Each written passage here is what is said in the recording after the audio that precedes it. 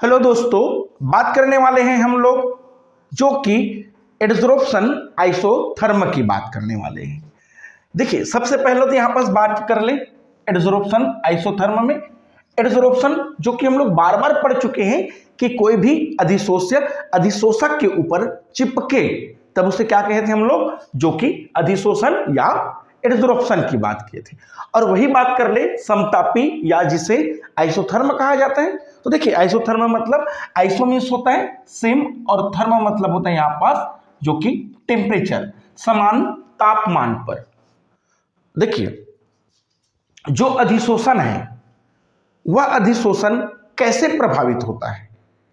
हमें पता है जो अधिशोषण है वह मेन जो कि ताप और दाब के द्वारा प्रभावित होते हैं। क्या बोले यहां पास, लिख दें प्रभावित करने वाले कारक अधिशोषण का। एक हो गया यहां पास तापमान और सेकेंड नंबर यहां पास बातें कर रहे हैं हम लोग दाब की बातें कर रहे हैं। पहले भी बताए हैं, अगर अधिशोषण की बातें कर ले इस तरह से अधिशोषण, तो अधिशोषण में क्या बोले थे कि तापमान बढ़ने से, तापमान के बढ़ने से अधिशोषण क्या होता है, कम होता है। इस तरह से लिख दे, तापमान अगर इंक्रीज होता है तो अधिशोषण क्या है वहां पास, जो कि डिक्रीज होता है। और वही बात कर ले दाब की, तो यहां पास यह है कि अगर दाब अगर बढ़ेगा तो उसके साथ ही साथ जो कि अधिशोषण भी बढ़ते जाएगा।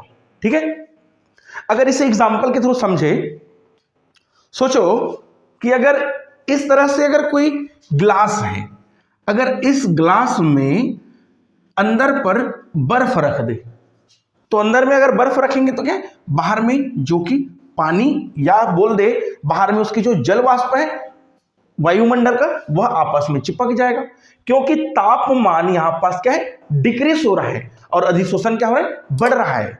वही अगर इनकी तापमान बढ़ा दिया जाए, अंदर में जो बर्फ है उसकी तापमान बढ़ा दिया जाए, तो उस कंडीशन में जो बाहर जल व वाष्प जो कि अधिशोषित हुआ है वह भी जो कि क्या हो जाएगा वहां पास, जो कि वहां पास विशोषण कह देते हैं।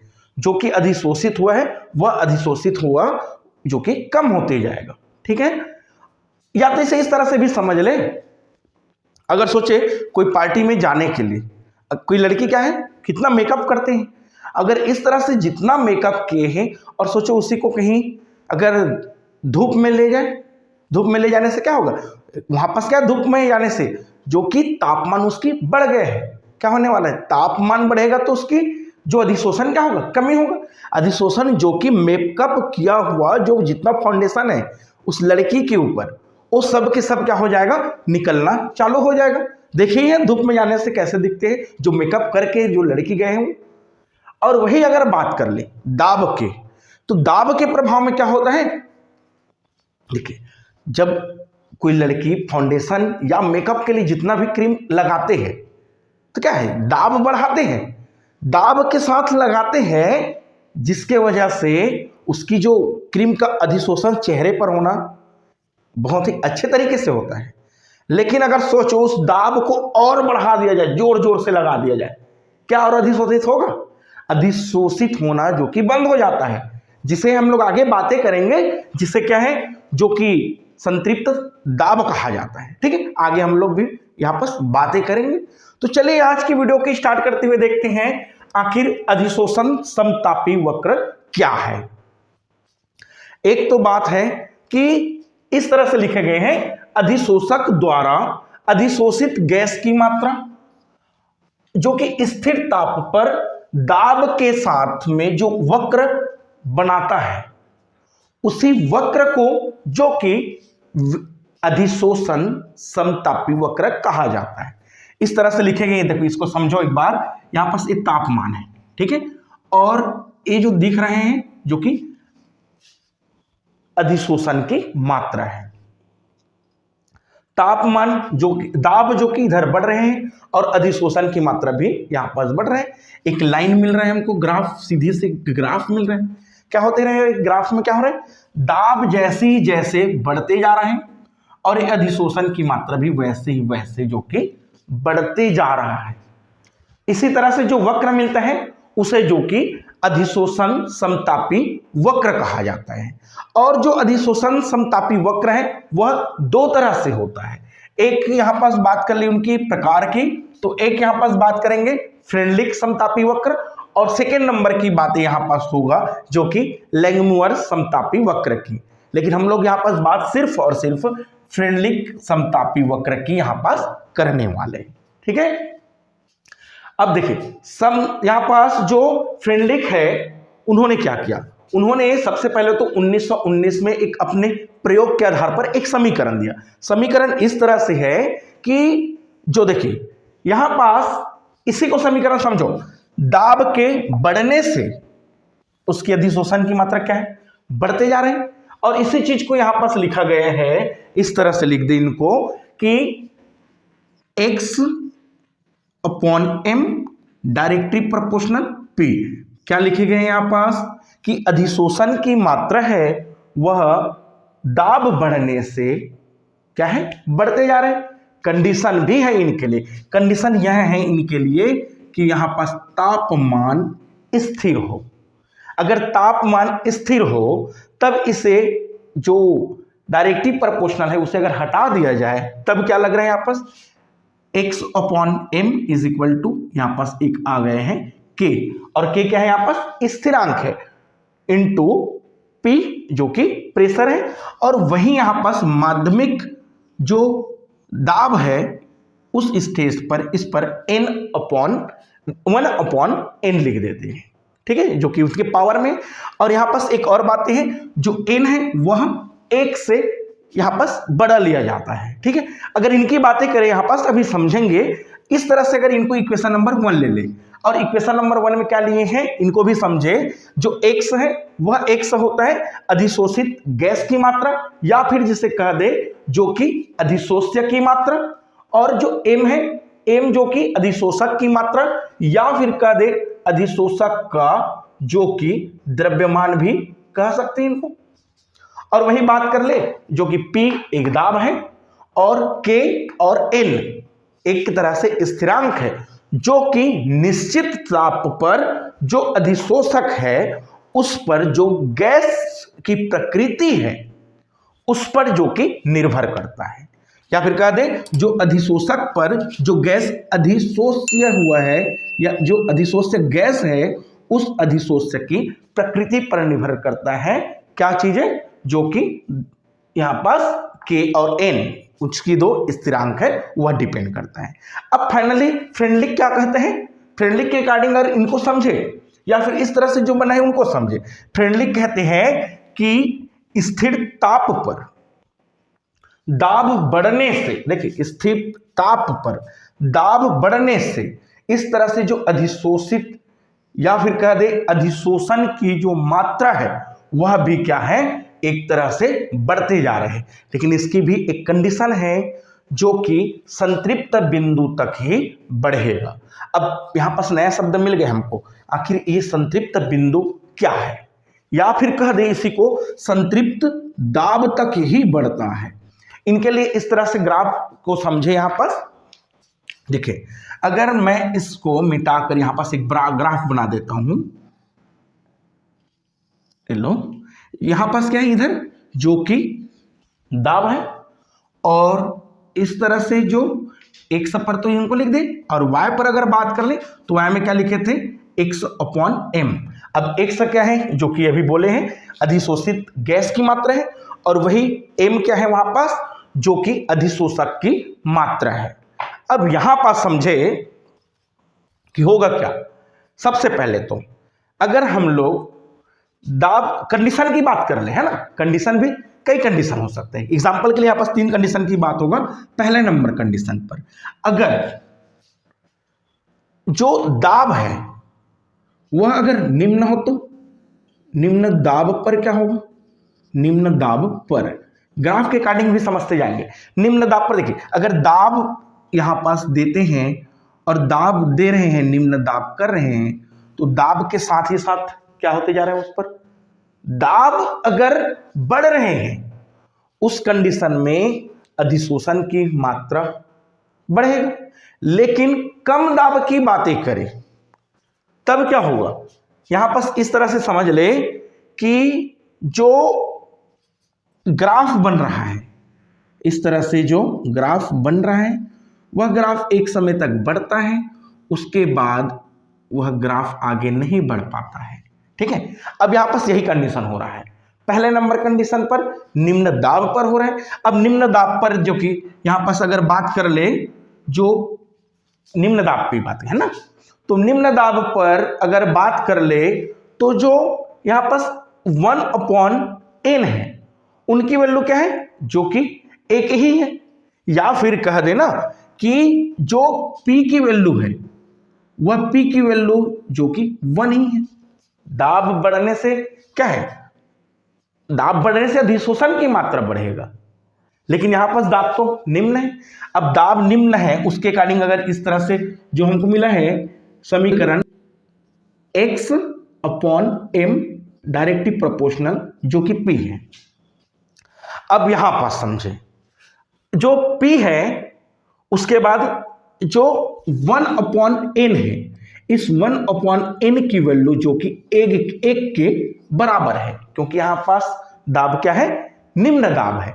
और निम्न दाब है तब क्या लिख सकते हैं, x/m = k, और इस तरह से P लिख सकते हैं, और इनकी वैल्यू तो एक ही, तो इस तरह से यहां पास लिखा जा सकता है। समझा? और वही अगर बात कर ले, जो कि बात करें सेकेंड नंबर कंडीशन, उच्च दाब पर बात कर ले।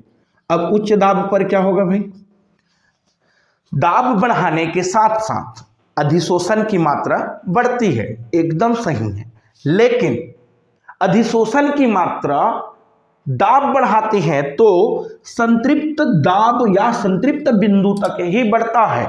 उसके बाद जो कि अधिशोषित जो होने वाले गैसें है वहां पर अधिशोषण होना जो कि बंद हो जाता है, बल्कि अधिशोषण हुए हैं वो भी जो कि विशोषण हो जाते हैं।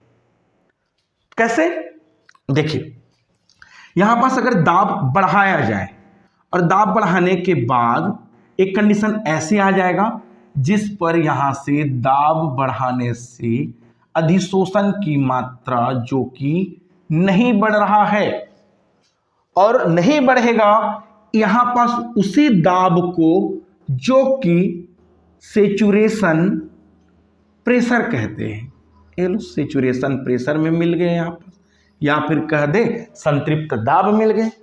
क्वेश्चन कर दे अगर संतृप्त दाब किसे कहते हैं, तो संतृप्त दाब की डेफिनेशन क्या दे सकते हैं, ऐसा दाब, या फिर कह दे जब दाब बढ़ाने से अधिशोषण की मात्रा और न बढ़ सके तो वही मैक्सिमम दाब जो कि संतृप्त दाब होगा, जिस पर कोई अधिशोषण की क्रिया नहीं होगा।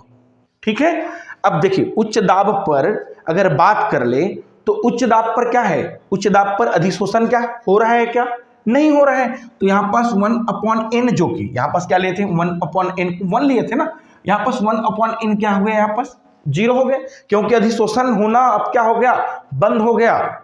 तो यहां पास क्या हुआ, अगर इसकी फार्मूला में रख दे तो x/m डायरेक्टली प्रोपोर्शनल जो कि P है, और वहां पास जो 1/n है पावर पर, वहां पास क्या हो गए जो कि 0 के बराबर है।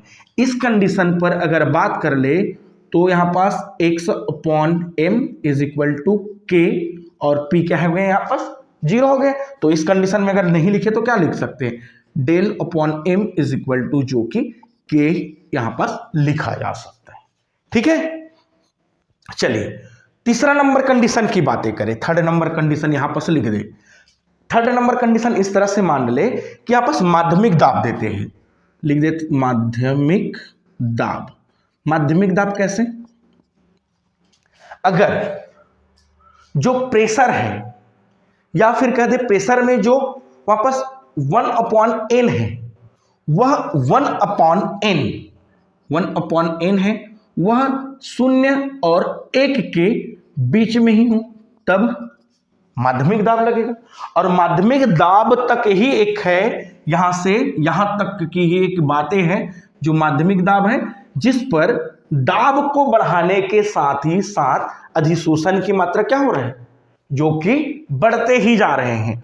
उस कंडीशन में क्या आया, जो कि x upon m directly proportional p रह गया, और यहां पास 1 अपॉन n जो कि लिखा जाएगा।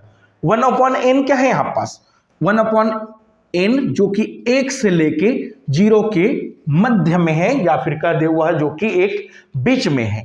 तब उस कंडीशन में यहां पास इस तरह से फार्मूला बना है, जिसमें x upon m is equal to directly proportional हटकर यहां पर एक स्थिरांक किया गया, और p 1 अपॉन n।